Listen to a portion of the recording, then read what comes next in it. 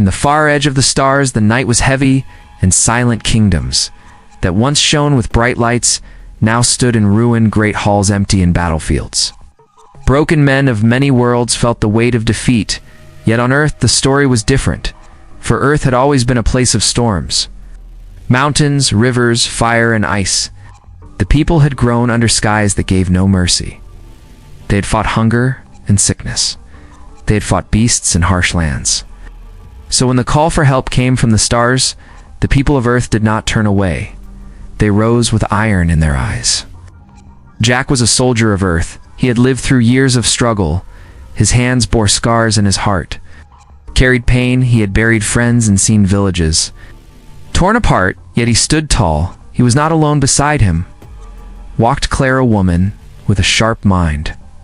Her voice carried power not of soft promise, but of firm command.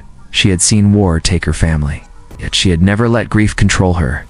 She turned loss into strength, and she stood beside Jack when the call came. The message that reached Earth told of a darkness spreading through the galaxy. It consumed world after world. Fleets of men had tried to stop it, but they fell silent one after another. The council of kings that ruled the stars sent a cry for help across the void. Few answered. Many chose to hide in fear, but Earth did not hide. The people of Earth had known fear since birth. They had learned to stare into it and keep walking. So when Jack and Claire heard the message, they did not doubt. They gathered others, like them, sons and daughters of Earth, who carried the will to fight. The Queen of Earth herself called the people together. She stood in the great hall, her crown plain and her robe simple, her eyes steady and her voice clear. She spoke of duty. She spoke of the price of silence. She told them that if Earth turned away, then one day the same darkness would reach their home. She did not beg. She did not soften her words. She said that those who were ready must rise and march to the stars, for Earth had never been given safety. Earth had always made its own safety. The hall filled with men and women who had known the weight of hard lives. Some had worked the fields and carried stone. Some had sailed seas and braved storms. Some had fought in hidden wars to defend their towns. All stood as one. They looked to their queen, to Jack, to Claire, and they raised their hands in silent vow. They would fight, they would march, they would not turn away, for they were children of a world that had never been kind, and that had given them the strength to endure. Jack looked upon the crowd, and he felt the fire grow inside him. He remembered the nights when he had stood alone against loss. He remembered the mornings when he rose again. Though he wished to fall, he saw the same fire in Claire. She met his eyes, and he knew they would stand together. She was not a shield of comfort. She was a blade of will, and with her beside him, he knew the Deathworlders would not break. The Queen gave the command, and the first fleets of Earth were built. They were not grand or filled with riches. They were forged in haste and hardened. Steel men worked day and night to ready them. Families parted with tears, but none begged their sons or daughters to stay, for they all knew the price of silence. The ships rose into the sky, carrying the will of Earth with them, and the people below watched not with sorrow, but with pride. They knew that their world had sent its best to guard the stars. As the first fleet gathered, Jack walked among the soldiers. He saw faces young and old, all marked by the same fire. He spoke few words, but his voice carried strength.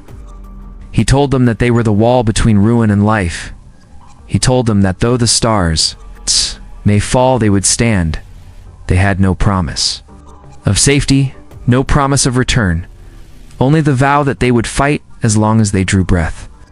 The soldiers raised their heads, and their eyes burned with the same light as Claire stood before the command lines. She laid out plans and paths for the fleets, her voice calm and sharp, every word carved with purpose. She did not speak of hope, she spoke of duty. She did not speak of peace. She spoke of resolve. The men listened, and they nodded, for they knew her words carried truth. She looked upon them not as pawns, but as brothers and sisters bound by the same vow, and they gave her their trust without doubt. The night before departure, the Queen walked among her people. She touched the hands of soldiers and mothers, fathers and children. She spoke not of glory, but of strength. She told them that tomorrow they would rise, not for conquest, but for survival. She told them that Earth had been tested since its birth, and now it was the galaxy that would see the fire of Earth. When dawn came, the fleets rose like arrows into the sky, and the Deathworlders marched to war. The fleets of Earth moved through the dark of space, their hulls plain and their weapons simple. Yet there was a fire in their engines that no other world carried. Men who had never seen the stars now guided ships through the endless black. Their hands steady, and their eyes fixed ahead. They did not fly for power, they flew because their queen had called, and because the fire of Earth burned in their hearts. Jack stood on the bridge of the lead ship, his gaze fixed on the maps that showed the worlds. Already lost, he felt the weight of silence from those who had fallen, and he knew that silence would spread. If they failed, he turned to his soldiers and spoke with the voice of one who had carried burden all his life. He told them that the darkness was not stronger, it only won, because others had let fear break them, but Earth had never been broken. They would hold the line. Claire stood at the command table, her mind moving through paths of battle, her voice steady. As she gave orders, she spoke of flanks and strikes, of when to push and when to hold. Her words carried no charm, they carried sharp truth. The men around her listened, for they knew she did not waste breath. She looked at Jack across the room, and for a moment she saw the boy who had grown in hardship now standing as a leader of men. She gave a nod and he returned it. They needed no more than that. The Queen of Earth sat in the Council of Kings. She faced rulers who had lost their armies and their will. They looked upon her with doubt. Ow. They whispered that Earth was young and untested. They said the fleets of Earth would fall as others had fallen. But the Queen did not bow. She rose and spoke. Her words were clear. She told them that Earth had been tested every day. Since its birth, she told them that her people did not know peace. They knew struggle, and from struggle came strength. She promised nothing but battle, she vowed, nothing but fire. Yet her vow carried more weight than all their soft words. The council watched her. In silence, they had seen rulers beg and break. They had seen kings who wept for safety. But here was a queen who asked for no aid, who begged for no mercy. She carried only resolve, and behind her stood men and women with the same fire. The council could not answer her. They could only stare, for they knew her words rang true. While the council wavered, the fleets of Earth pressed on. Jack led the first strike against the dark ships that blocked the way, their shapes vast and endless. Yet the men of Earth did not flinch. Their weapons roared. Their hulls shook, but they held the line. Jack stood firm, his voice carrying across the ship. He told them that they were the wall, and no storm would break them. Men who had once tilled fields and built homes now fired cannons into the black, and every blast carried the will of Earth. Claire watched the battle unfold, her plans guiding every move. She sent ships where they were needed, she pulled them back. When the fire grew too strong, she drove them forward. When the enemy faltered, she stood tall, her eyes sharp and her hands steady. She gave no promise of victory. She gave only command. Yet in her command, the men found strength. They followed her without doubt. And they struck again and again until the tide began to bend. The Queen heard the reports in the council hall. The rulers whispered in shock. They had thought Earth would fall in the first hour. Yet Earth stood. They had thought Earth would retreat. Yet Earth pressed forward. The Queen listened in silence. She did not smile. She did not boast. She only nodded, for she knew the war was far from done. She knew her people would bleed, yet she also knew they would not break. The battle raged through the night, stars lit with fire and steel. Men of Earth fought with hands blistered and hearts burning. They lost ships, they lost brothers and sisters, yet each loss only hardened them. Jack stood among the wounded. He lifted men who could no longer stand and told them they had done their duty. He carried the weight of their sacrifice with silent resolve. Claire stood over the maps, her eyes heavy yet unyielding.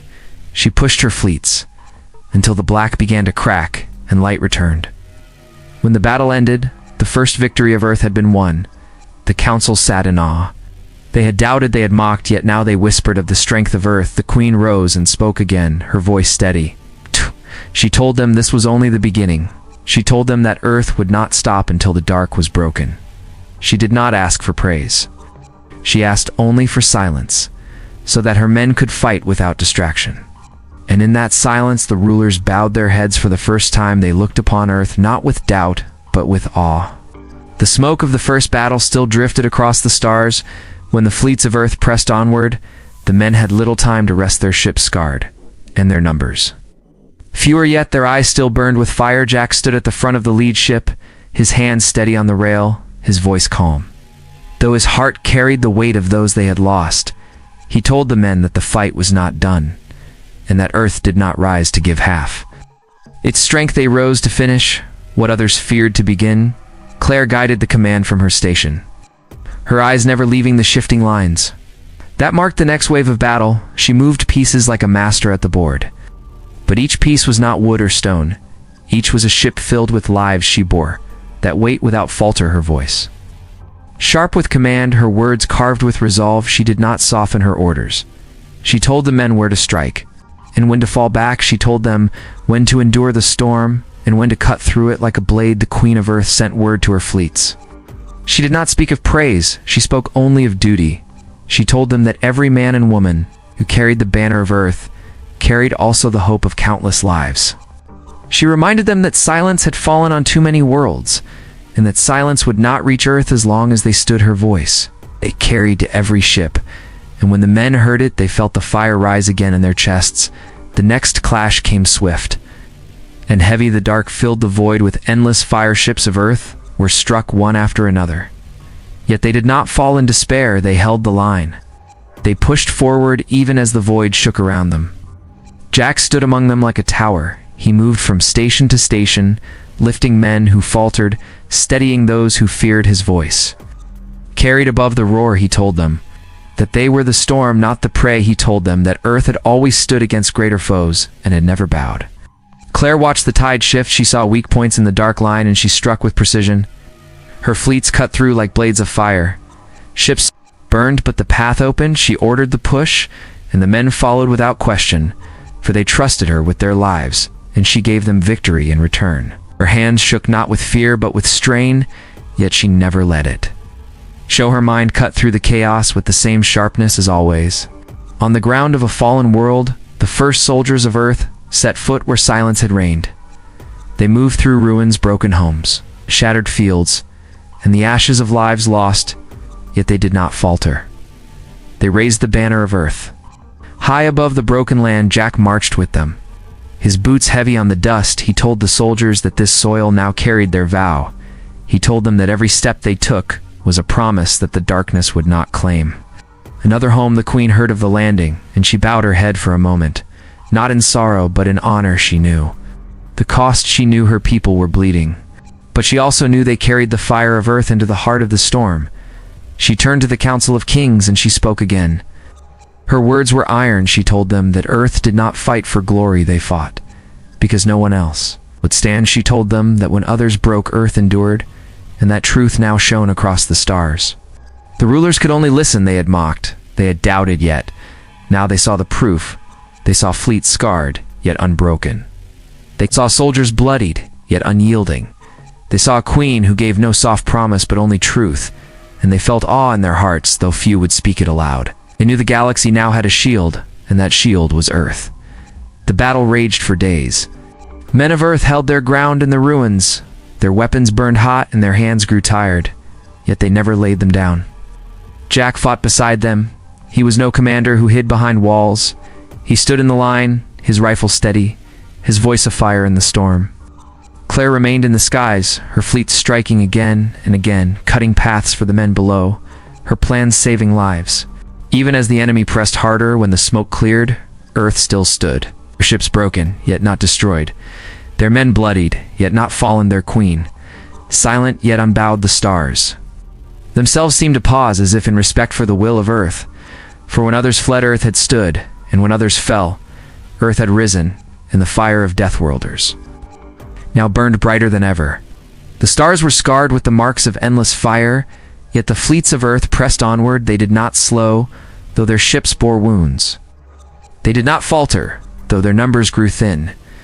Jack stood at the front of the command deck, his face lined with dust and sweat. His eyes steady as stone. He knew the cost of every step forward, yet he also knew the cost of standing still. He told his men that silence was the true enemy, and silence would spread if they stopped. He raised his hand, and the soldiers rose with him, their hearts set like iron. Claire guided the fleets with clear command, her maps filled. With shifting lines, her voice cutting through the noise of battle, she did not speak to calm, she spoke to direct her words. Sharp and firm, she told them when to strike and when to endure. Her commands were like blades cutting paths through the storm. The men followed without doubt, for they had seen her plans turn despair into victory again. And again her face was pale, her body weary, yet her will never bent. The Queen of Earth sat in the great hall, her crown plain, her robe. Marked by the journey of many days, she heard the voices of kings who once doubted her. Now they asked her for guidance. Now they turned to her with questions of what must be done, yet she did not raise her voice. She spoke as she always had, with iron truth. She told them Earth would keep fighting, not for conquest, not for wealth, but because no one else would rise. She told them that her people were the wall between ruin and life, and that wall would not break. On the ruined world, soldiers of Earth built strongholds. They raised walls from stone and steel. They lit fires in the ashes and stood guard against. The night Jack marched among them. He carried wood, he carried stone. He lifted the fallen and gave them strength. He did not place himself above them. He stood as one of them.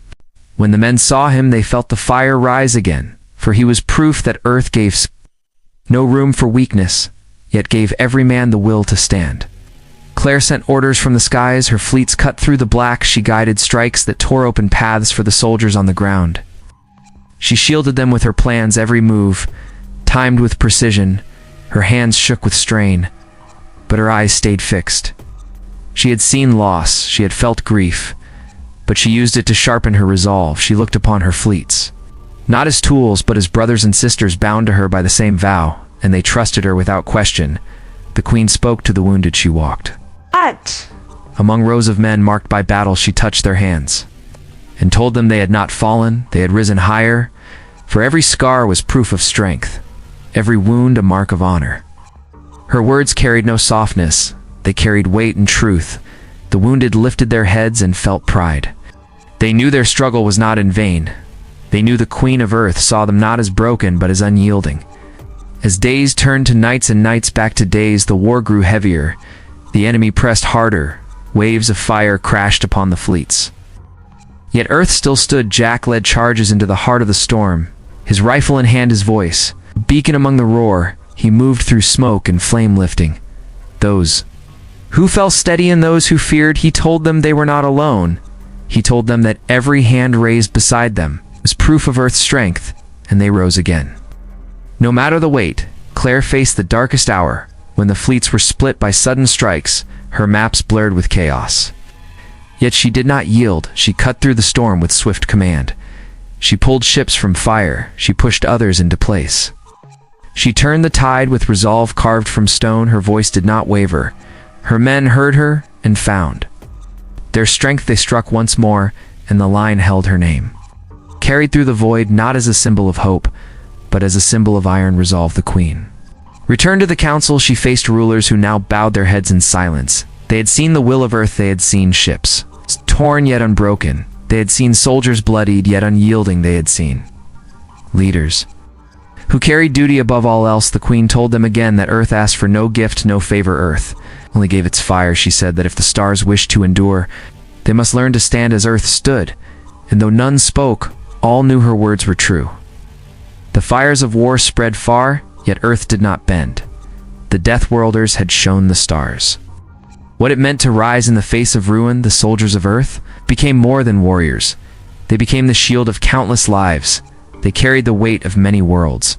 Yet, they did not falter. Jack, Claire, and their Queen stood as the unbroken heart of Earth and the galaxy. Looked upon them not with doubt, but with awe. The last battle rose like a storm across the stars. The black of the void burned with fire and steel. The fleets of Earth stood ready, though scarred and worn. Their ships carried the marks of endless war, yet their hearts carried more fire than ever before. Jack stood on the bridge of the lead ship, his eyes calm though the storm waited ahead. He looked at his soldiers and told them this was the hour that would decide if silence would rule the stars or if the fire of Earth would stand forever. They raised their heads and gave their vow to fight until the end. Claire moved among her command lines, her maps covered in marks of battle. Her voice clear as she set the course of war. She told them where to strike, where to hold, and where to endure. She did not promise safety. She promised to only resolve. The men listened and trusted her, for she had led them through fire before, and they knew she would lead them. Again, her face pale, her hands shaking, yet her will sharper than steel, she gave the fleets their path, and they followed with no doubt. The Queen of Earth stood among her soldiers. She did not sit in a hall of stone. She walked upon the deck of a warship, her crown plain, her robe heavy. With dust she raised her hand, and the men fell silent. She told them that today they would not fight for conquest. They would fight because no one else could, she told them. That Earth had been the shield since the first call for help, and today that shield would rise higher than ever. She gave no soft words, only truth, and the soldiers roared with fire in their hearts. The storm broke with fury. Ships clashed in fire. The void shook with the roar of war. Fleets were torn apart, yet Earth did not fall. Jack led the charge into the heart of the dark, his ship striking first, his weapons burning bright. He stood tall as blasts, shook the deck, his voice carrying through the halls. He told his men to hold their ground, to press forward, no matter the fire around them. And they obeyed, for his strength was theirs, and their strength was his. Claire guided the fleets with perfect resolve. She struck when the foe left a gap. She pulled ships back when the fire grew too heavy. She cut through the storm with eyes sharpened, hands steady. She saved lives with every choice, her commands carving paths through chaos. Her name carried across the come lines, and the men fought harder at her word. She was the iron that bound them together. She was the will that turned despair into fire. The Queen herself walked the lines of soldiers on the ground when the landing was made. She did not watch from afar. She carried a blade in her hand, and she stood beside her men. The soldiers looked to her and saw not only a ruler, but one who bore the same weight as they. She told them that every step they took was a promise. Every strike they made was the shield of countless lives. They answered with a roar and pressed into the ruins with her at their side. The battle raged for hours. Ships burning, soldiers falling, yet the Deathworlders did not break. Jack pushed forward through fire. His rifle in hand, his voice a beacon among the smoke. He lifted the fallen, he steadied the wounded, he never left a man behind. Claire cut deeper into the storm, her fleets tearing open the path for the ground soldiers. Every strike timed with precision, every move saving lives. The Queen held the banner of Earth high above the ruins, and the soldiers followed her with unyielding will. As the fire cleared, the storm began to break, the foe shattered. Before the unyielding strength of Earth, silence fell across the stars. Silence not of defeat, but of awe. The fleets of Earth, though broken, still stood. The soldiers of Earth, though bloodied, still marched. The Queen of Earth raised her blade. Jack stood at her right, Claire at her left, and together they looked upon the stars with eyes of fire. They had not only fought, they had endured. They had not only endured, they had saved the Council of Kings. Bowed their heads, they had doubted, they had mocked, yet now they saw the truth. They saw that Earth had been the wall between ruin and life. They saw that the Deathworlders had carried the galaxy on their shoulders and had not broken. The Queen spoke only once. She told them to remember who had saved them. She told them to never forget the fire of Earth. Her voice carried through the hall, and none dared to answer, for all knew her words were carved in truth. From that day, the name of Earth carried weight across the stars. Not weight of fear, but weight of respect. Not weight of conquest, but weight of awe. Jack, Claire, and their Queen became names spoken in every hall, names that stood for resolve and strength. The soldiers of Earth returned, scarred yet unbroken, and the people of the stars knew that when Deathworlders saved the galaxy, they had seen not only war, but the unyielding spirit of a world that never bowed.